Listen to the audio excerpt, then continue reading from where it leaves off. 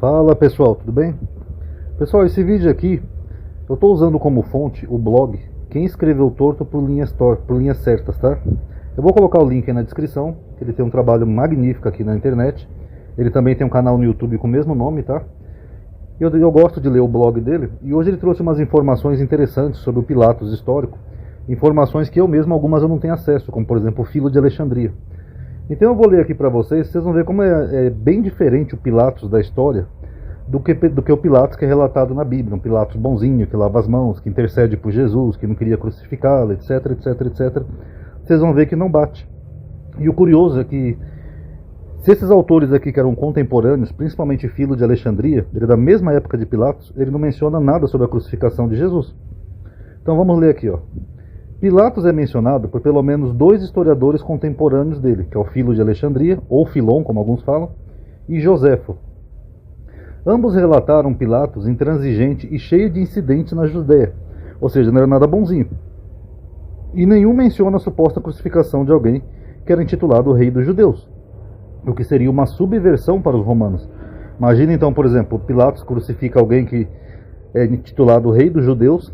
Para Roma isso seria gravíssimo, né? Seria alguém que poderia fazer uma insurreição, uma rebeldia contra Roma. Então, pelo menos, Filo de Alexandria mencionaria: olha, Pilatos condenou à cruz aquele rebelde judeu que queria se rebelar contra Roma, pois alguns diziam que ele era o rei dos judeus. Mas não tem uma linha sequer disso. Vamos ver aqui sobre os incidentes. Eu copiei aqui só sobre os incidentes, tá, o resumo. Mas aí quem quiser ver aqui nesse blog, eu vou deixar esse link aqui na descrição do vídeo, tá? Porque os incidentes, os relatos são maiores.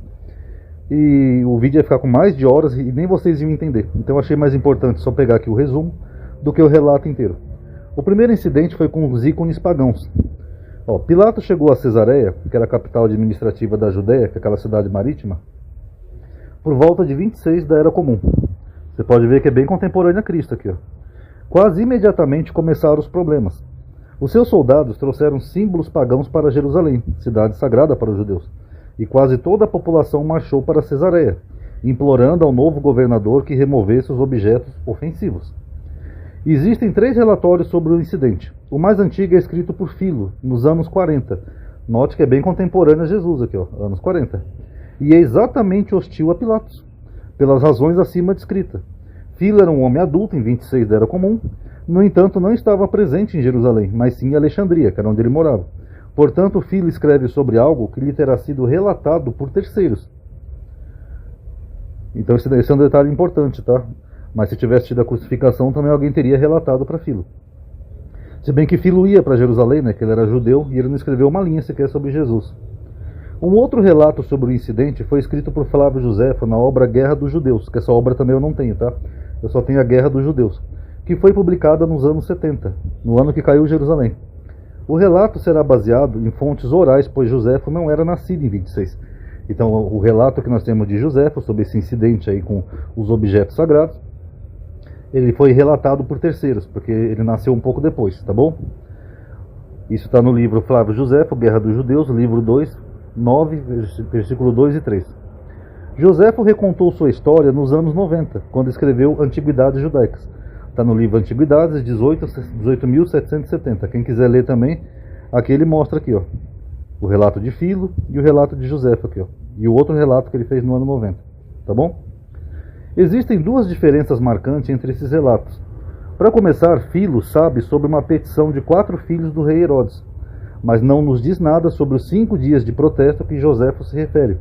Então, só para quem não entendeu ou quem não for ler ali as referências, Joséfo falou que teve um protesto de 5 dias, que é omitido por Filo. Lembrando que os 2 ouviram de pessoas, tá? Eles não estavam presentes. A outra diferença é que Flávio Joséfo acha que o objeto da revolta eram os estandartes do exército com a imagem do imperador. Então os soldados estavam lá com o exército com a imagem do imperador. Enquanto que Filo menciona escudos dourados com uma inscrição. Então tem essa divergência entre os 2. Diferenças como essas são esperadas quando a palavra falada é a forma mais importante de comunicação. Então isso é perfeitamente normal. Quaisquer que sejam suas diferenças, Filo e Flávio Joséfo têm uma coisa em comum. Eles não contam a história do ponto de vista de Pilatos ou dos romanos, mas contam uma história judaica, que é extremamente hostil ao governador. Mas é improvável que Pilatos tenha deliberadamente provocado os judeus. Apenas um antissemita o teria feito, e o imperador Tibério, que era o imperador da época, era inteligente demais para enviar um antissemita à Judéia. Os romanos podiam ser mestres duros, mas não eram idiotas. Deve ter sido um incidente impensado. Provavelmente os soldados não sabiam que era proibido trazer seus estandartes ou os escudos para a cidade sagrada. Esse é o segundo incidente, que é o tesouro do templo. Joséfo conta sobre outro incidente violento que envolveu o governador da Judéia. Pilatos exigiu dinheiro do templo judaico para pagar a construção de um aqueduto, para fornecer água a Jerusalém, e o povo revoltou-se por se tratar de dinheiro sagrado. Joséfo escreve por volta do ano 75, narrou o episódio no livro Guerra dos Judeus, e ele voltou a contar por volta do ano de 95 em Antiguidades Judaicas, tá? Na página 12.771. Quem quiser ler, tá aqui nesse blog, tá? Aqui, ó, segundo o Tesouro do Templo, aqui, ó, tá? Eu não vou ler porque senão vai ficar imenso o vídeo, e não é o ponto do vídeo. Como curiosidade, é na sequência desse texto sobre Pilatos que aparece o famoso testemunho flaviano, a duvidosa passagem onde supostamente Flávio Joséfo menciona Jesus como um personagem histórico. Tá? Aquele testemunho que eu já mostrei para vocês, que ele é construído, né, original de Joséfo. E também teve um incidente com os samaritanos.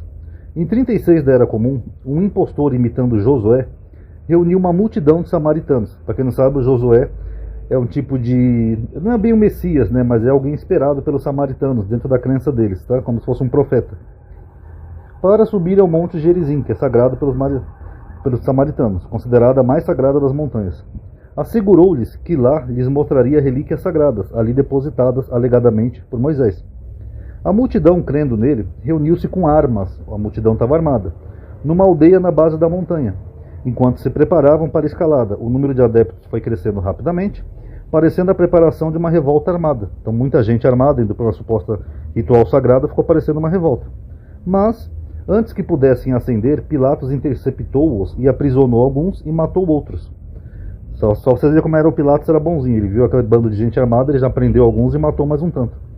Na sequência desse incidente, Pilatos foi acusado de violência excessiva, e assim o governador Vitélius o demitiu.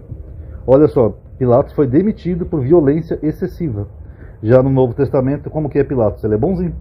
Notaram que é bem diferente o relato histórico do que do Evangelho? Essas aqui são moedas de Pilatos, tá? Aqui na arqueologia.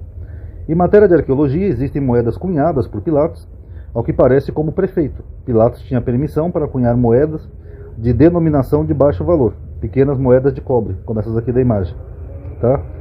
E tem também essa inscrição aqui nessa pedra. Uma pedra esculpida com uma inscrição parcialmente intacta, atribuída e mencionando Pôncio Pilatos, foi descoberta em Cesareia Marítima em 1961. O artefato é particularmente significativo porque é um achado arqueológico de uma inscrição romana autêntica do século I, que menciona o nome Pontius Pilatus. É contemporâneo da vida de Pilatos e está de acordo com o que se sabe de sua carreira. É provável que Pilatos tenha estabelecido sua base em Cesareia Marítima, o local onde a pedra foi descoberta, já que aquela cidade havia substituído Jerusalém como capital administrativa e quartel-general militar da província em 6 d.C. Pilatos provavelmente viajava para Jerusalém, a cidade central da população judaica da província, somente quando necessário. Então o que nós concluímos com isso? Os dois autores judeus, Filho e Joséfo, mostram Pilatos demasiado intransigente e violento, chegou até a matar ali alguns samaritanos e tal, e os evangelhos descrevem Pilatos demasiadamente brando. Em suma, podemos concluir que os evangelhos não representam a verdade histórica, quando mostram Pilatos bem intencionado, mas fraco. A pedra de Pilatos está atualmente localizada no Museu de Israel, em Jerusalém. Réplicas em gesso pode ser encontrada no Museu Arqueológico de Milão, na Itália, e em exibição na própria Cesareia Marítima. Tá bom, pessoal? Então aí, ó, vocês estão vendo que o Pilatos da história real ele era bem intransigente, violento, cheio de incidentes ali com os judeus, e esses autores não mencionam nada sobre ele ter condenado um suposto rei dos judeus à cruz. Curioso, né? Então tá aí, espero que tenham gostado, pessoal. Obrigado por terem assistido. Paz a todos.